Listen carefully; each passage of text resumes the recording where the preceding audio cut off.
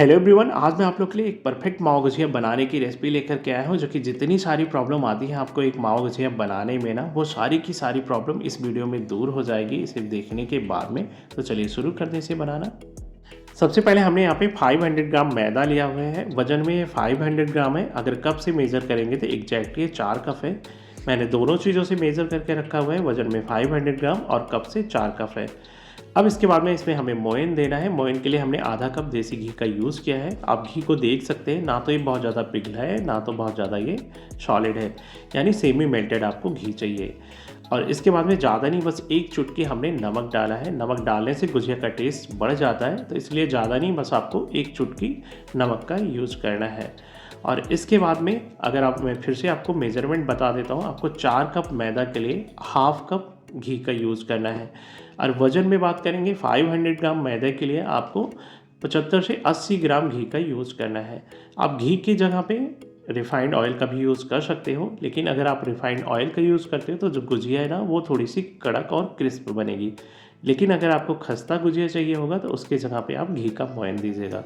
अब इसके बाद में देखिए, जैसे मैं मल मल के ना दोनों हाथों से मिक्स कर रहा हूँ, सेम उसी तरीके से आपको बहुत अच्छे तरह से इसे मिक्स करना है। और लास्ट में हल्के हाथों से आप मुट्ठी बना करके देखिए, बहुत प्रेस नहीं करना है, बस हल्के हाथों से आप प्रेस करेंगे। अगर मुट्ठी बन जा रहा है तो समझ लीजिए आपने इसमें जो मोयन दिया है ना, बिल्कुल परफेक्ट लगाया है। अगर मुट्ठी नहीं बन पा रही है तो आप फिर से थोड़े से घी और ऐड कर लीजिएगा। अच्छे से मिक्स करने के बाद में घी और मैदे को, अब आपको इसे डो लगाना है। तो डो लगाने के लिए हमने यहाँ पे गुनगुने वाटर का यूज़ किया है, यानी गुनगुने पानी का यूज़ किया है, यानी ल्यूक वार्म वाटर चाहिए आपको। थोड़ा थोड़ा पानी करके डालते जाएंगे और हम इसका एक सख्त डो लगा लेंगे। हमें यहाँ पे सॉफ्ट डो लगाने की ज़रूरत नहीं है। अगर आप इसका सॉफ्ट डो लगाओगे ना, तो जो आप देखते हो गुजिया तलते समय गुजिया के ऊपर थोड़े से छोटे छोटे से फफोले बन जाते हैं, तो वो रिज़ल्ट आएगा। और अगर सख्त डो लगाओगे तो इसका जो सरफेस होगा ना, तलने के बाद में बिल्कुल एकदम स्मूथ बनेगा। जब सारे मैदे अच्छे से असेंबल हो जाएं तो आप 2-3 मिनट इसे अच्छे से नीड कर लीजिए। और उसके बाद में एक स्मूथ बॉल बना करके आप किसी हल्के से भीगे हुए कपड़े से, मतलब आप कपड़े को भिगोइए और निचोड़ करके कपड़े को ना इसे ढक दीजिए, ताकि इसका जो सरफेस है वो सूखने ना पाए। अब जब तक हमारा डो रेस्ट कर रहा है, इसी बीच में हमें स्टफिंग तैयार करके रखना है, जिसके लिए हमने गैस को ऑन करके कढ़ाई रखा है और फ्लेम को एकदम लो पे सेट कर लिया है। इसके बाद में हमने कढ़ाई में 500 ग्राम मावा का यूज़ किया है, यानी कप से मेज़र करेंगे तो ये 2 कप है। तो मैं दोनों तरीक़ों से बता रहा हूँ मेज़रमेंट, आपको जो सुविधा हो अपने सुविधा हिसाब से मेज़र कर लीजिएगा।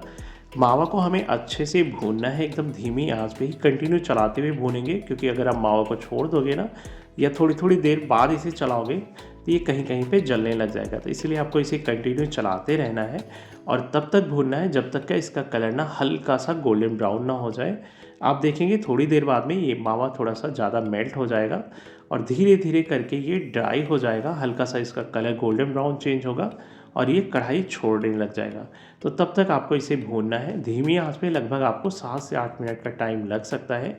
ये टाइम थोड़ा सा डिपेंड करता है आपका जो मावा है ना, उसमें मॉइस्चर कितना है। तो चलिए इसे धीमी आंच पे हम कंटिन्यू चलाते हुए पहले अच्छे से भून लेते हैं। देखिए मावा अच्छे से भुन चुका है ना, इसका कलर जो है हल्का सा गोल्डन ब्राउन हो चुका है और ये कढ़ाई छोड़ने लग गया है, एक डो जैसे बनने लग गया है, यानी मावा हमारा परफेक्ट भुन चुका है। गैस को हम बंद कर देंगे और मावा का एक प्लेट में निकाल करके हम रख देंगे साइड में ठंडा होने के लिए। इसके बाद में हमें कढ़ाई में बस एक छोटी चम्मच घी डालना है और इसे अच्छे से गर्म कर लेना है। जब घी अच्छे से गर्म हो जाए तो आप अपनी पसंद के जो भी ड्राई फ्रूट्स गुजिया में ऐड करना चाहते हो, कढ़ाई में डाल करके इनको हल्का सा भून लीजिएगा। मैंने यहाँ पे 2 बड़े चम्मच फाइनली चॉप करके काजू बादाम और 1 बड़े चम्मच चिरौंजी डाले हैं और लगभग 2 से 3 बड़े चम्मच नारियल के बुरादे यानी कद्दूकस करके नारियल डाले हैं। इन सारे ड्राई फ्रूट्स को धीमी आंच पे कंटिन्यू चलाते हुए लगभग 2 मिनट तक भून लेंगे, जब तक कि इसमें अच्छी सी खुशबू ना आने लग जाए। बस इतना ध्यान रखिएगा, जो भी आप ड्राई फ्रूट्स यूज़ कर रहे हो वो बिल्कुल एकदम फाइनली चॉप होने चाहिए, नहीं तो स्टफिंग के टाइम पे गुजिया के फटने के चांसेस होते हैं। तो देखिए ड्राई फ्रूट्स अच्छे से भुन गए हैं, लगभग 2 मिनट हो गया है और एक हल्की सी खुशबू आने लग गई है। अब इनको निकाल करके एक बाउल में रख लेंगे और ड्राई फ्रूट्स को भी हम अच्छे से ठंडा कर लेंगे।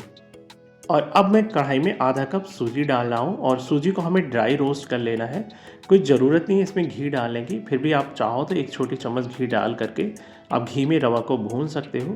बट आगे कई स्टेजेस पे घी का यूज हो रहा है ना, तो आप इसे ड्राई रोस्ट ही कर लीजिएगा। इसे हमें कंटिन्यू चलाते हुए भूनना है, कढ़ाई में छोड़ना नहीं है और एकदम धीमी आंच पे भूनना है जब तक कि इसका कलर हल्का सा गोल्डन ब्राउन ना हो जाए। हमें इसे हलवा के लिए जितने सूजी भूनते हैं ना उतना नहीं भूनना है, बस इसका कलर हल्का सा गोल्डन ब्राउन होने तक कंटिन्यू चलाते हुए धीमी आंच पे भून लेना है। देखिए अभी सूजी का कलर ना बहुत लाइट गोल्डन ब्राउन हो गया है, बस इससे ज़्यादा डार्क नहीं करना है, इतना बिल्कुल परफेक्ट है। अब इसको भी हम एक बाउल में निकाल लेंगे और इन सारी चीज़ों को जितनी भी हमने स्टफिंग के लिए यूज़ किया है, भुना हुआ है, उनको सबको अच्छे तरीके से ठंडा कर लेना है।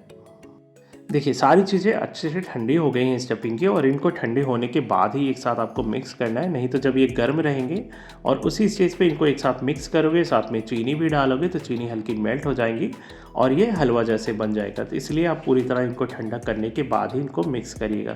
देखिए मावा अच्छे से भुना होता है ना, तो जब इसे हम तोड़ते ना, इस तरह क्रम्बल करते हैं तो ये पाउडर के जैसे टूट जाते हैं। तो पहले इनको हम क्रम्बल कर लेते हैं मावा को इस तरह से तोड़ तोड़ करके। मावा को अच्छे से क्रैम्बल करने के बाद में अब भुनी हुई सूजी ऐड कर दीजिए। इसके बाद में रोस्ट किए हुए ड्राई फ्रूट्स ऐड कर दीजिए और इसमें फ्लेवर के लिए आधी छोटी चम्मच इलायची का पाउडर डाल दीजिए और एक चुटकी इसमें जायफल यानी नटमेग का पाउडर डाल दीजिए, जिसे हमने क्या किया था, नटमेग को कद्दूकस कर लिया था। और अब इसमें मीठा के लिए आपको चीनी ऐड करना है, तो चीनी आप डायरेक्ट नहीं ऐड करना, आपको इसको पाउडर बना करके ऐड करना है। या तो आप इसके लिए पाउडर शुगर ले लीजिए मार्केट से, नहीं तो चीनी को आप ग्राइंड कर लीजिएगा मिक्सी जार में। वैसे जो मैंने चीनी लिया था ना, वो 2/3 कप था, लगभग 180 ग्राम, जिसे ग्राइंड करने के बाद में मिक्सर जार में ये पूरा फुल कप हो गया है। तो वज़न में लगभग 180 ग्राम हमने चीनी को पीस करके पाउडर बना लिया था, जो कि 1 कप पाउडर शुगर हो गया है। अब चीनी को ऐड करने के बाद में, पाउडर शुगर को ऐड करने के बाद में आप इसे हाथ से ही अच्छे से मिक्स कर लीजिए, ताकि मावा, सूजी और चीनी है, जो भी इलायची, जो भी चीज़ें इसमें पड़ी है ना, वो अच्छे से मिक्स हो जानी चाहिए प्रॉपर तरीके से। अब डो को हम वापस लेंगे और इसे 1-2 मिनट मसल करके स्मूथ कर लेंगे। इसके बाद में हमें इनके छोटे-छोटे पेड़े तोड़ लेना है। बहुत ज़्यादा बड़े-बड़े पेड़े नहीं तोड़ेंगे, ताकि ये बेलने के बाद में जब इसे मोल्ड में रखें ना, तो कम से कम एक्स्ट्रा पार्ट निकले, जिससे आपको बार-बार रिपीट ना करना हो। ढेर सारे आप पेड़ इकट्ठा बना करके रख लीजिए, इनको ढक करके खुले नहीं छोड़िए, ताकि इनका सरफेस ड्राई ना होने पाए। अब इसके बाद में आप इनकी एक-एक करके पूड़ियाँ बेल लीजिए। लगभग 10 से 12 पूड़ियाँ पहले ही तैयार कर लीजिए, फिर स्टफिंग भरिए, फिर तैयार करिए, फिर स्टफिंग भरिए।